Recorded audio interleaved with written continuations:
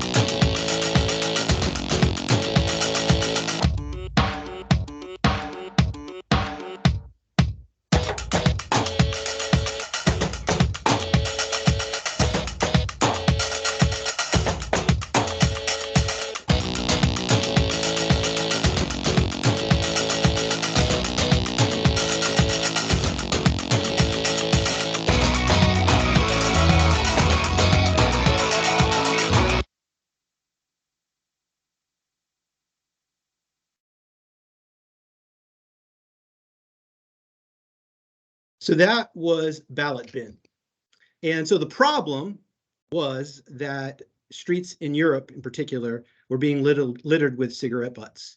So somebody decided to tackle that problem. What would a potential solution to this littering problem be? And what they came out with was a means by which people could express themselves with their cigarette butt. And that's what the ballot bin is. It is a way for people to make a vote with their cigarette butt. And instead of that cigarette butt going into the street, it goes into this bin.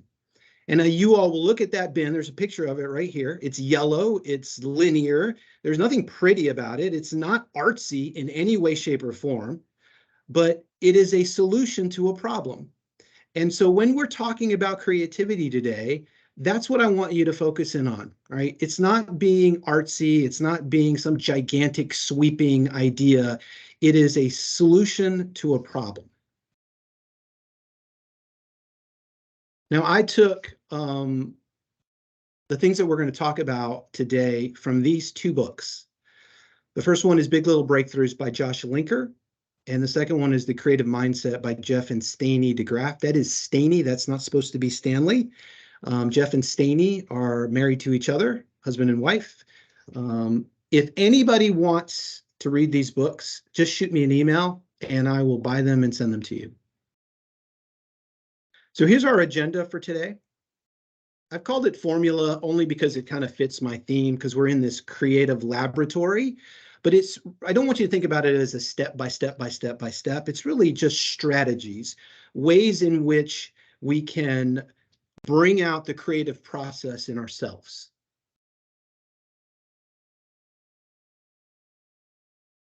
Strategy number one is brainstorming. The author of Big Little Breakthroughs calls this start before you're ready, but I call it brainstorming. And the point that he makes in the book, which is the point that I want to stress to you, is that we don't need to wait on ideal conditions to create or to start the creative process. Right? We start with a brainstorming session, what he calls jam sessions. And what I want to give you is some rules about how to go about structuring your brainstorming sessions or your jam sessions. First, set aside a specific amount of time, whether it's an hour, half an hour, or 15 minutes. Not only set it aside, but schedule it. Maybe it's Friday afternoons, maybe it's Monday mornings, but put it on your calendar and use that as a time in which you set aside to think. Assemble all of the people that you think are going to be helpful in these jam sessions. And keep in mind that, or at least try to consider everyone. We may not consider inside people to be part of the creative process for whatever reason, but think about all of the people on your team and who might be beneficial towards creating an effective jam session. Clarify the objective, right? So like ballot bin, we have to decide what the problem is. And we put the problem out there because that's what we're trying to solve. And then just start throwing out ideas. No judgments. We're just looking for sparks. There are no bad ideas. The thing about starting this session with throwing out ideas, whether they're good or bad, is that they can create momentum in the group.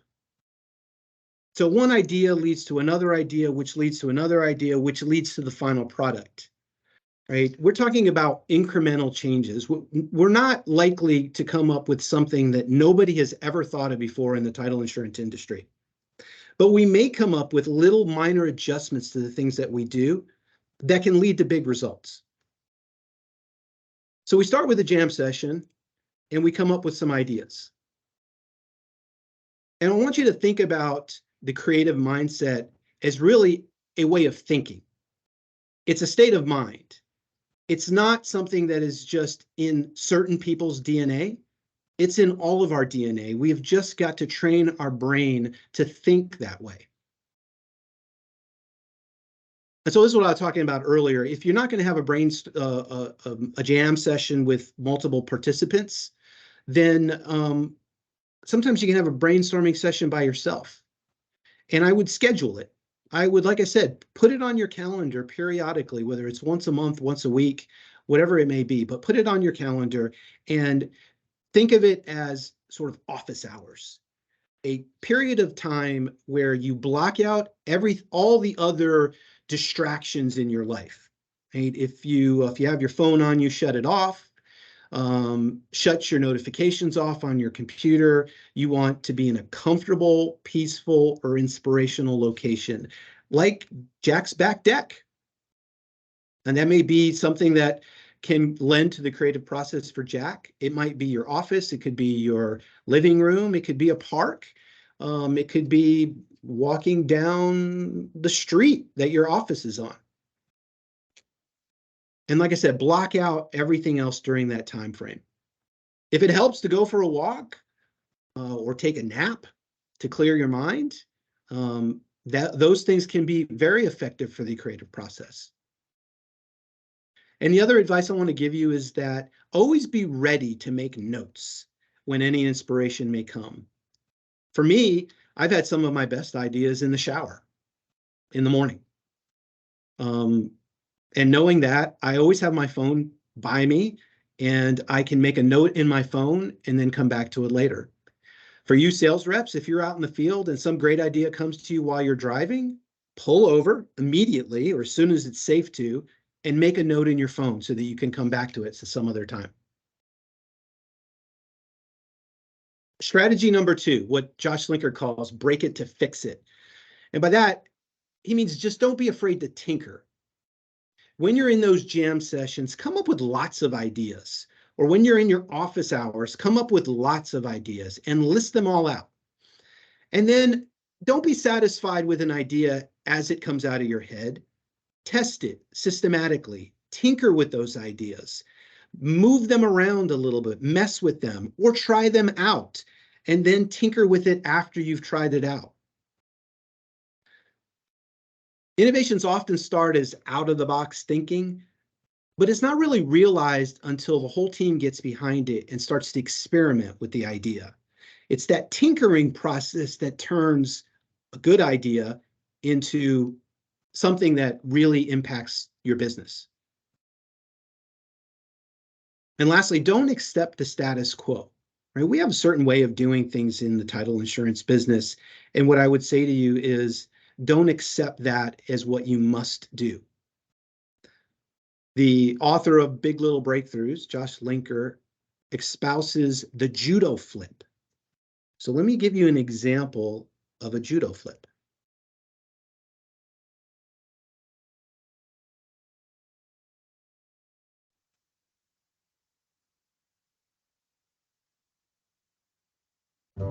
There once was a beautiful, busy, award-winning library, but times were hard, and the city of Troy, Michigan no longer had enough money for its library. So it scheduled a vote, asking for a small tax increase. This angered a well-organized and well-funded anti-tax group who started posting "Vote No" signs and making noise. They shifted the conversation from library, books, and reading to taxes, taxes, taxes. The library needed help. They needed something attention-getting, audacious, maybe even vile. So we formed a group of our own and planted signs around town that said, "Vote to close Troy Library August 2nd, book burning party August 5th. And people went straight to our Facebook page. You people are sick. This is disgusting. We created videos. Imagine this times 200,000. How cool is that? Posted on Twitter. The Troy Library might be short on money, but it has books to burn. Created items for sale. A book bag. How ironic. We created check-ins, posted flyers, and lined up entertainment. You guys are booking a band?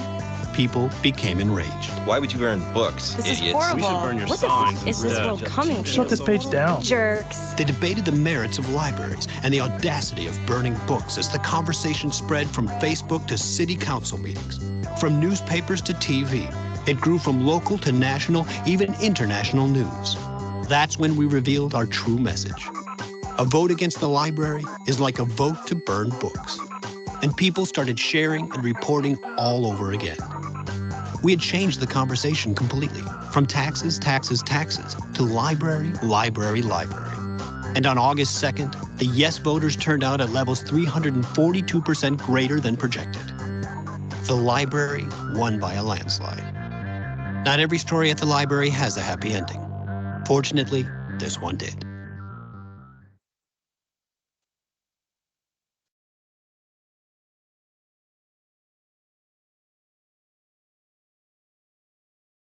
All right, so the Troy Library had a problem. The conversation about the library and needing funds for the library had shifted from this public service, having a library with access to books and all the other things, all the other benefits that libraries provide, to it just being about an increase in taxes. And they really needed to change the conversation. And they could have done any number of things. They could have posted a bunch of signs that said, you know, vote for the library. That's probably the most obvious thing that they could do. But they shifted the narrative. They went to the opposite. They did the judo flip. And a group that would never dream about burning books started talking about burning books, which is the complete opposite of what they stand for. So they embrace the opposite and they shift the conversation back to reading. So that's an example of using the opposite to spark your creativity, looking to the opposite to spark your creativity. Strategy number 3, Josh Linker talks about it being is using every ounce of the toothpaste. And really what we're talking about is resources. And he makes the argument that too many resources may actually be restrictive of creativity. If you have all the money in the world to come up with a campaign, it may not be that creative of a campaign. But the opposite is actually true, that if you have a limitation on your resources, it can lead to more creativity, that resourcefulness and ingenuity are really powerful allies of creativity. And let me give you an example of what I mean.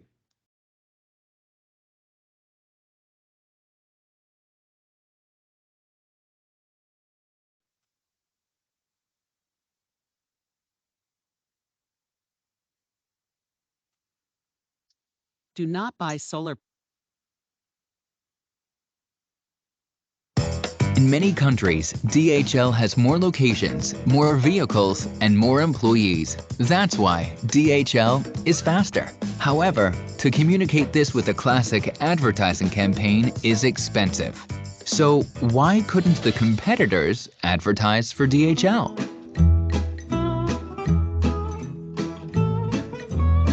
For that purpose, giant packages were taped all over with thermoactive foil and cooled down below the freezing point.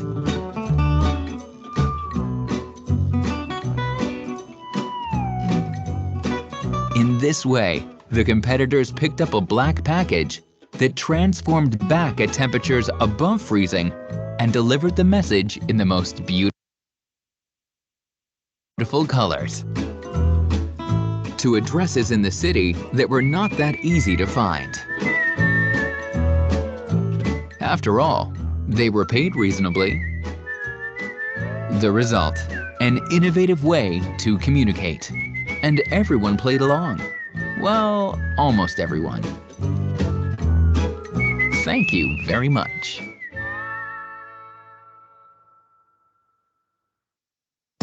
In many countries,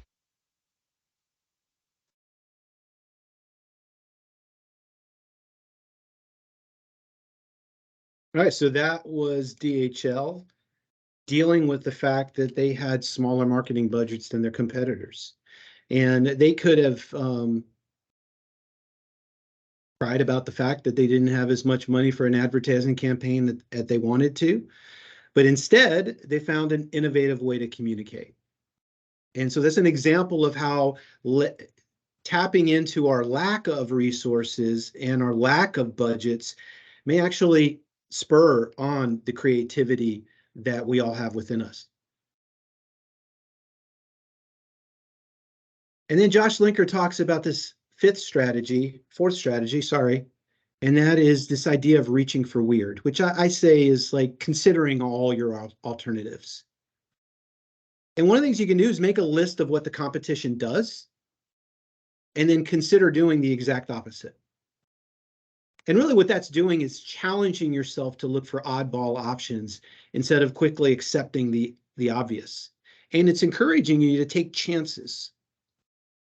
So let me give you an example of what I mean. Now this one is going to be a little bit longer, but it's also very fun.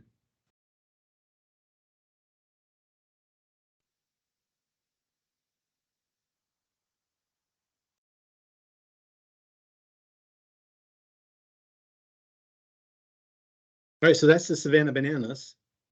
And that is a great example of a couple of things. One is reaching for weird, but looking to the opposite. I think Jesse started out his talk by saying, whatever is normal, we do the opposite.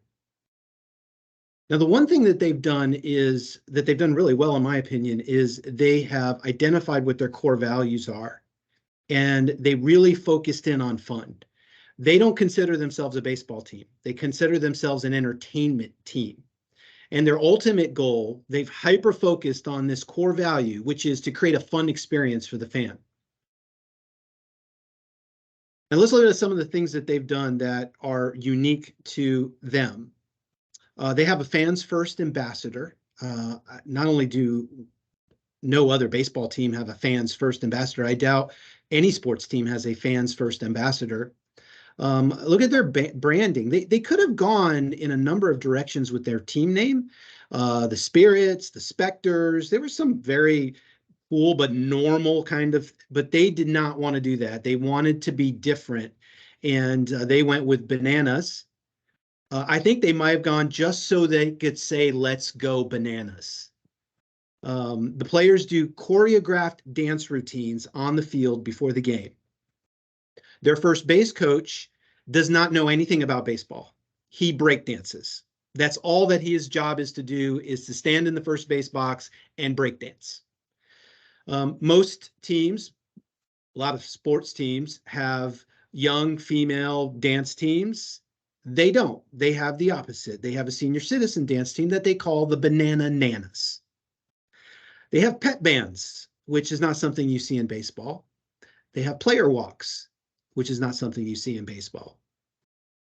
They have an all-inclusive ticket, which is unheard of in the sports world.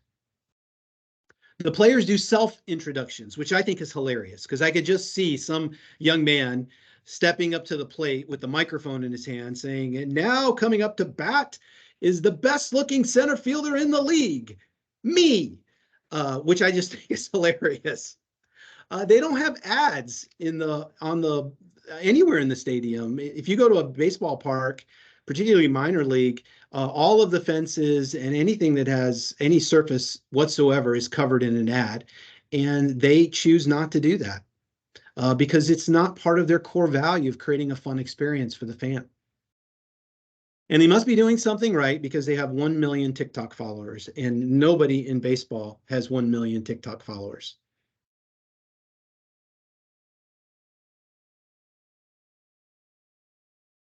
So what I posit to you all is, how do we define ourselves? What industry are we in? What is our mission? Or maybe differently said, what are our core values?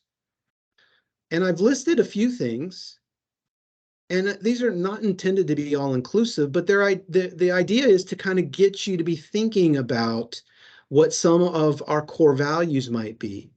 Because like the Savannah Bananas, we may just choose to focus in and really drill down onto what our core values are. I mean, we help people buy houses. We help reduce risk. We provide training and education. Oftentimes we just help. We assist in the process, whether it's answering questions for an attorney or a paralegal or an insured.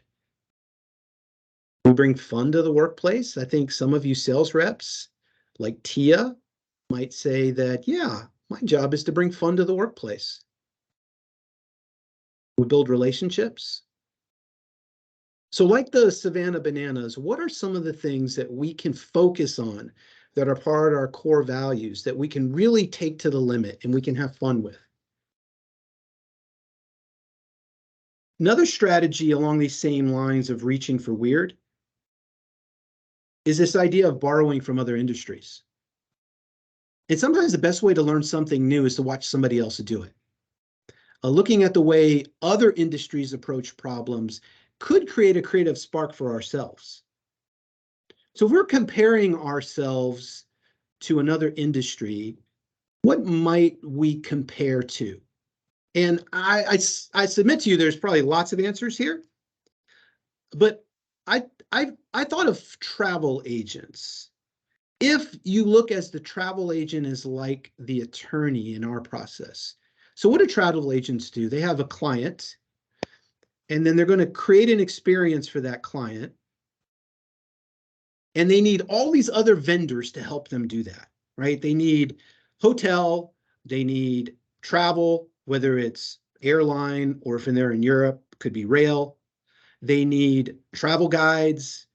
They need possibly translators. And what is that travel agent looking for in these vendors that they're going to entrust their clients with? Competence, someone who speaks the language, someone with local knowledge, somebody who's fun, somebody who cares about the client the way that they do. And so is a travel agent somebody that we could focus in on? Like, what does a travel agent look for in their vendors? Or what do those vendors do to get a travel agent's attention? And if we spent some time researching that, looking at that, studying that, might we find something there that we can use for ourselves? And maybe we don't focus on another industry that's like ours. Maybe we just focus on certain core values that we have and look at industries that share those core values.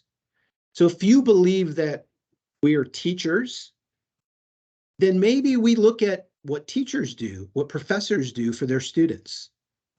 If you think we're in the entertainment business, like the Savannah Bananas, what can we do that's fun for our customers? If you think we're in the community engagement business, then can we look at nonprofits and see what they do to engage with their communities and get some ideas from doing that?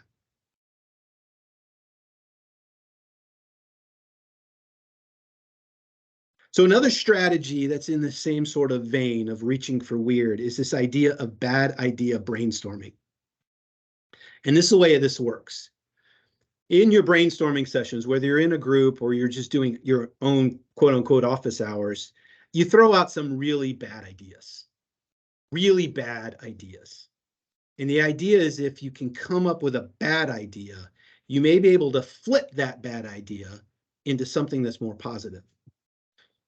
So for example, Aerosmith, the band Aerosmith, used to have these sessions periodically. I don't know how often they were, but they would have these sessions periodically where each of the band members had to come up with a really bad idea for a song.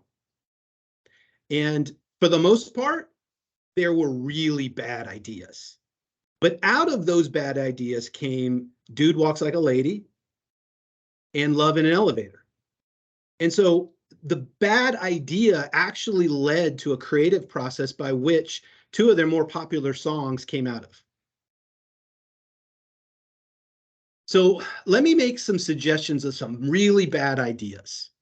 So first bad idea, what if we brought a magician on sales calls with us? So we had a magician who's there on the sales calls with us, but we didn't tell our customers that it was a magician. We told them it was like a junior sales rep or somebody who was in training. And then all of a sudden, this person's like pulling doves out of things and pulling quarters out of ears and doing magic tricks with cards.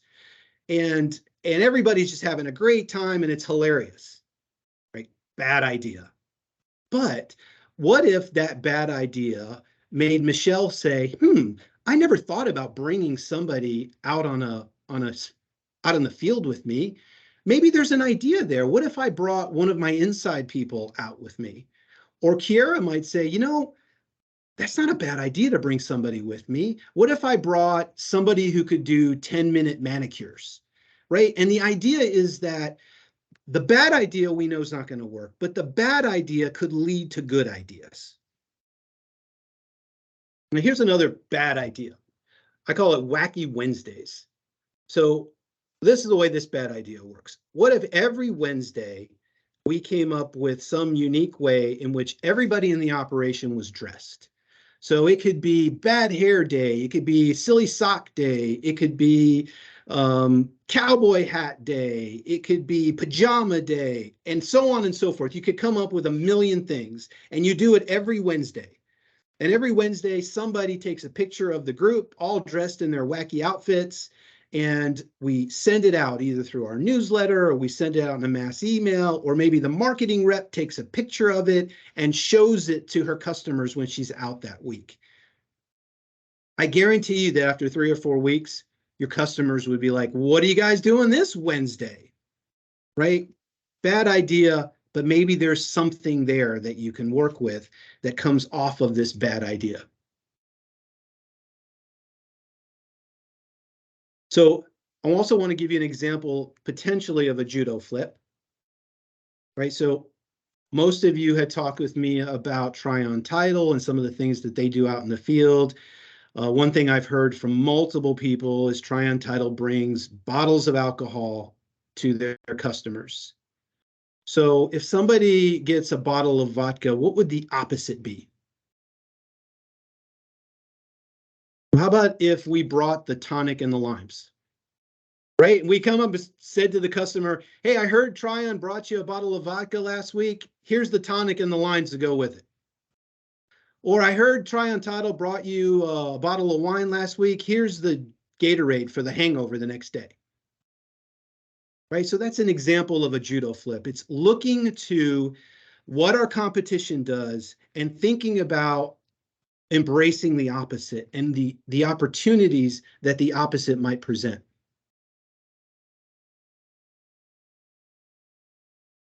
And here's some more examples of some oddball solutions. So problem, there's traffic accidents at a particular intersection, and this occurred somewhere in Europe. And the problem is that the drivers are going too fast in this particular intersection, and it's causing accidents with pedestrians. So the obvious solution might be to install like a speed bump of some sort to cause drivers to slow down. But, you know, speed bumps cost money. You're going to shut down the intersection for a period of time. You're going to have to hire somebody to create the speed bump. What they did instead was they painted the crosswalk in such a way that it created an optical illusion for drivers. So as the drivers approached this intersection, this optical illusion caused them to slow down. And so the problem was speeding in the intersection, and the solution ended up creating an optical illusion that caused drivers to slow down. Problem number 2. A bike manufacturer has too much breakage in the bikes during shipping. So they're discovering that a lot of their bikes that they're shipping are being damaged by the time they get to the consumer. So obvious solution would be to change the packaging. Hire maybe some sort of engineer to come up with a different way to package the bikes, but that's not what they did.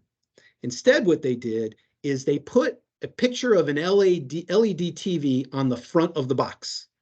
Box is exactly the same, but what the picture did was tell the shippers that this item inside is fragile, and their percentage of damage in their bikes went down considerably.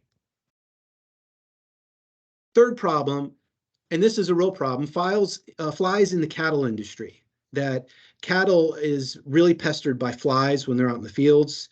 That causes a reduction in their production, and it's generally annoying. It can lead to disease for the cows. And so obvious solution is some sort of pesticide, right? But that's not what this one group did. Instead, what they discovered is that zebras do not have the same problem with flies. And it turns out that the stripes on zebras create some sort of disorientation for flies, and they don't go near the zebras. So they painted their cows with stripes. Problem solved. And then one more last example, which I think is just brilliant. Problem, you buy a group of bananas, and by the time you get to the 4th, 5th, 6th one, the skin is black, right? They're gone. They're overripe. And you know, when you buy a bunch of bananas, they tend to be the same ripeness. So a banana manufacturer in Korea decided to package the bananas in such a way that they had 5 or 6 bananas at different stages of ripeness.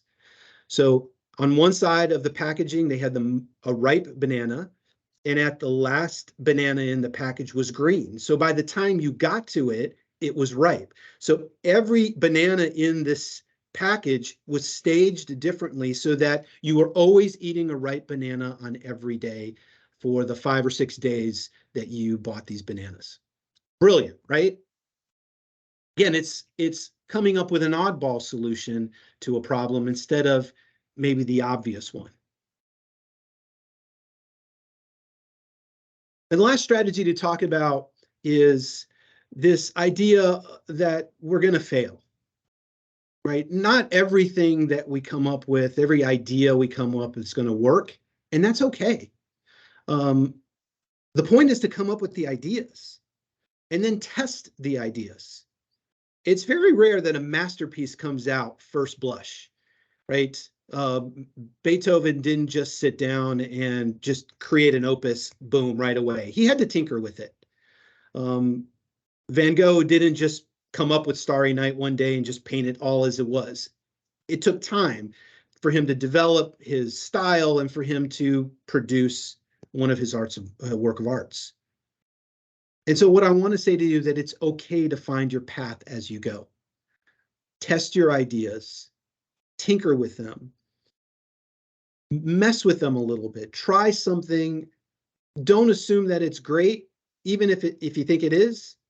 Tinker with it and get feedback from your customers about it. So we started with this quote unquote formula, and I've sort of converted them into my way of thinking, my way of talking. And so here's our strategies. Brainstorm and take chances with your brainstorm. Tinker with your ideas. Embrace the challenges that we face right now. Consider your alternatives. And finally, don't get discouraged. Keep trying.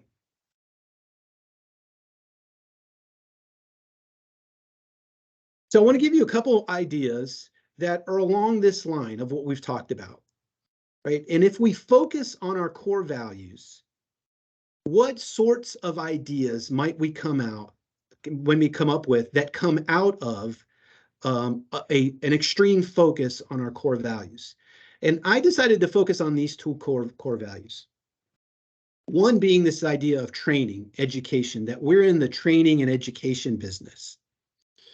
And the second being that we're in the fun business, that we bring fun to the workplaces that we visit, and I won't say entertain people, but we hopefully are leaving an office in a better place than what we found it. So here are two ideas. The first one I call READ, which stands for Real Estate Attorney Dialogue. And I really want to focus on the last letter, the D, the dialogue, because the idea is to find a group of attorneys, maybe 5 or 6, who are, shall we say, friendly competitors, right? Because they're going to have to be, because this is going to be a dialogue. And what you're going to do is you're going to curate some topics that these attorneys can talk about and share about. So for example, you might want to have them talk about 1099s and how they handle 1099s and what their processes are and who they use for that. Do they use an accountant? Do they use SoftPro? How do they go about it? And just let the attorneys share with each other what their ideas are and what their best practices are. Or maybe it's foreign sellers. What do you do when you have a foreign seller and you let the attorneys talk about it? Or how do you handle surveys? Or what do you do with mortgage payoffs? Do you send in a check? Do you send in wires? What are your policies and procedures for that? Now, if you have a group of attorneys who are, like I said, friendly, they're not crazy competitors, what you'll find is that they enjoy sharing their practices. They enjoy sharing their ideas.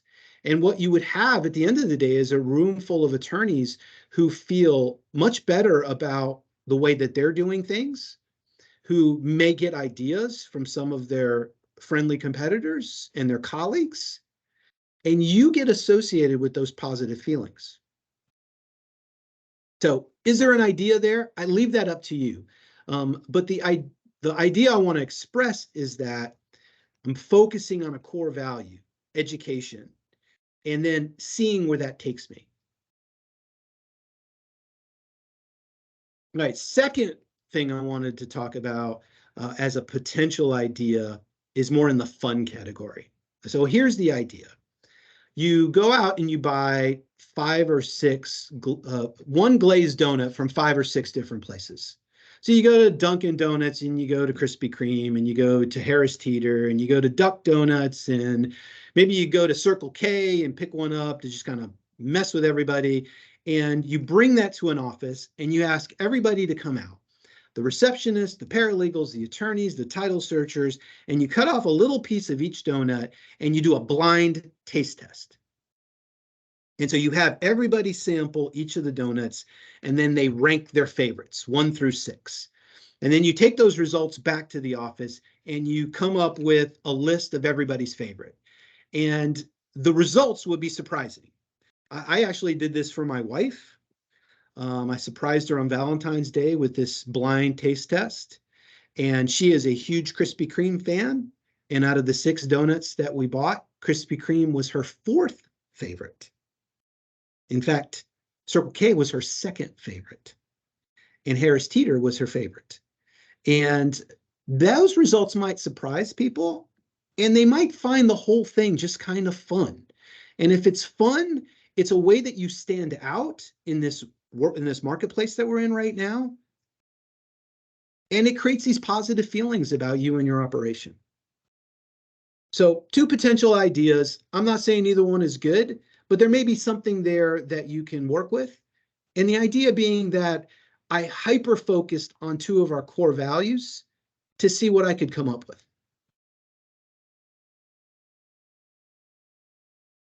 So in conclusion, I want to stress to you that breakthroughs tend to be micro. Innovation tends to be small. That we're likely not going to brainstorm and come up with this massive idea that nobody else has ever thought of. But we may be able to come up with little ideas that we can then implement that turn into other ideas that turn into a final product that separates us from the rest of the marketplace. And just remember that when you're brainstorming, an idea can lead to an idea, which eventually leads to a final product.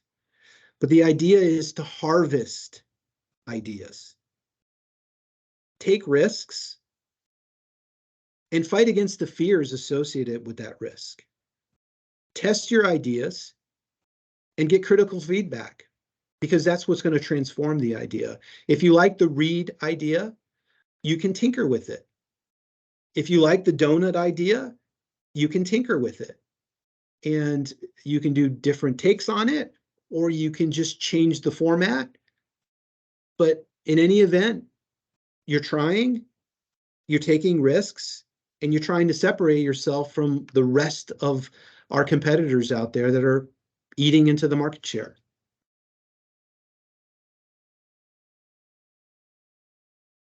So anybody got anything they want to add or any questions they want to ask of me?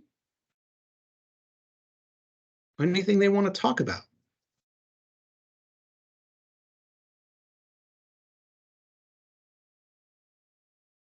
All right. Well, our next session will be April 27th,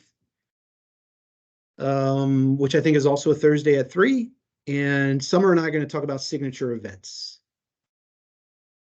So I want to thank you all for your time. Hopefully you've gotten something out of this, and enjoy the rest of your Thursday. Thanks, guys. Thank you, Sal. Thanks, Sal. Thank Thanks. you. Thanks. That was fun. Thank you.